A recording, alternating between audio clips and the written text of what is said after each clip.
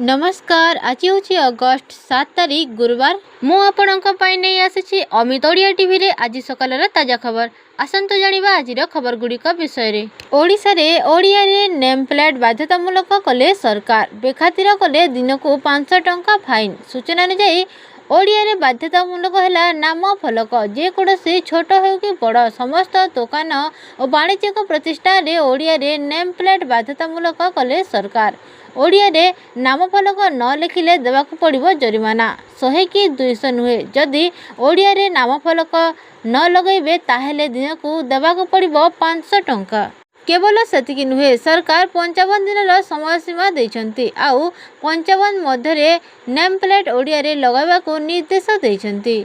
आउ जदि एही 55 दिन पार करिगला ताहेले 56 दिन पाखरु आपण। परवर्ती खबर हैला ओटीटी केलेंकारी घटना। बोर्ड सभापति को छुई पारुनी क्राइम ब्रांच। मिलिथिबा सूचना अनुसार केलेंकारी घटना रे बोर्ड सभापति को छुई पारुनी क्राइम ब्रांच। ओडिशा शिक्षक योग्यता परीक्षा रे बड़ केलेंकारी। पूर्वरु मैट्रिक परीक्षा पूर्वरु प्रश्नपत्र प्रघट आसीथिला। एबे ओटीटी परीक्षा प्रश्न केलेंकारी टपिगला पूर्व रेकर्ड। 2011 रु बारंबार विभ्राट होछि ओटीटी परीक्षा।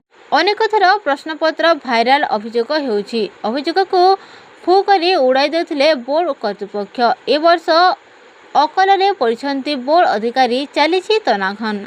परवर्ती खबर हैला एबे एसी भली एलपीजी गैस चूल्हा रे रहिबो स्टार रेटिंग। केंद्र सरकार को नुआ नियम जानंतो केबेठारु हेबो लागू। मिलिथिबा सूचना अनुसार शक्ति संरक्षण दिगरे गुरुत्वपूर्ण पदक्षेप। एयर कंडीशनर और अन्य विद्युत उपकरण भली एबे गैस चूल्हा पई एनर्जी एफिशिएंसी स्टैंडर्ड हैला बाध्यतामूलक।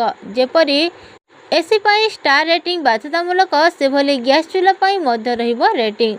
मनोहर खट्टंकर नेतृत्वाधीन केंद्र शक्ति मंत्रालय आनिबाकू जाउछंती एही नुआ आईन। परवर्ती खबर हैला आरबीआई देला बड़ झटका। भारतीय रिजर्व बैंक रेपो रेट को 5.5% रे अपरिवर्तित रखिछि। अमेरिका राष्ट्रपति डोनाल्ड ट्रम्प टारिफ धमक जोगु टंका चापरे रहितबारु भारतीय रिजर्व बैंक रेपो रेट को 5.5% रे अपरिवर्तित रखिछि। भारतीय सामग्री उपरे टारिफ वृद्धि करने को ट्रम्प नूतन धमक देवा परे गत मंगलवार टंका 16 पैसा ह्रास पाई। लगातार 3 थर रेट ह्रास करने परे आरबीआई साधारण लोकं को झटका देछि। आरबीआई रो मुद्रानीति कमिटी अगस्ट नीति बैठक में हार ह्रास करने परिवर्ते एथिरे कोनोसी परिवर्तन करिनाही। परवर्ती खबर हैला भारत उपरे 50% शुल्क लगाइले डोनाल्ड ट्रम्प। मिलिथिबा सूचना अनुसार ट्रम्प दाबी करिसंती जे भारत रूसिया ठारू तेल किणुथिबारु एही शुल्क लगा जाइछि। अमेरिका रो विदेश नीति अनुसार यूक्रेन युद्ध एवं रूसिया रो आक्रमण को समर्थन करुनथिबा देशमानक विरुद्ध रे एपरि जबरदस्त पदक्षेप निया जाइछि। ट्रम्प का निर्देशनामा रे उल्लेख अछि भारत रूसिया ठारू तेल आमदानी करुथिबारु अमेरिका जातीय सुरक्षा पई बाध्य सृष्टि करिछि।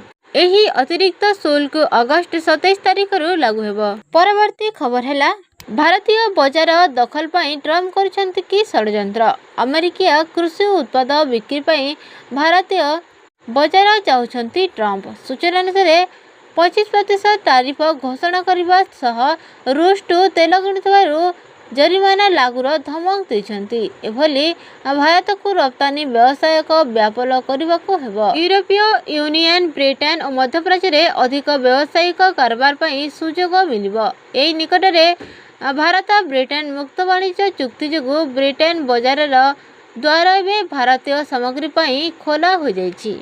परवर्ती खबर हैला शुल्क युद्ध मध्य हठात निजर उत्तराधिकारी घोषणा कले डोनाल्ड ट्रम्प। मिलिथिबा सूचना अनुसार सारा विश्व में शुल्क युद्ध आरंभ करथिबा अमेरिका राष्ट्रपति डोनाल्ड ट्रम्प तांको कार्यकाल 6 मास मध्य निज उत्तराधिकारी को घोषणा करी हईचई सृष्टि करछंती। ट्रम्प पूर्वरु तांकर सबुठारु विश्वस्त सहयोगी एवं अमेरिकार उपराष्ट्रपति जेडी भाल्स को तांकर मेगा उत्तराधिकारी भावे घोषणा कर सारिछंती।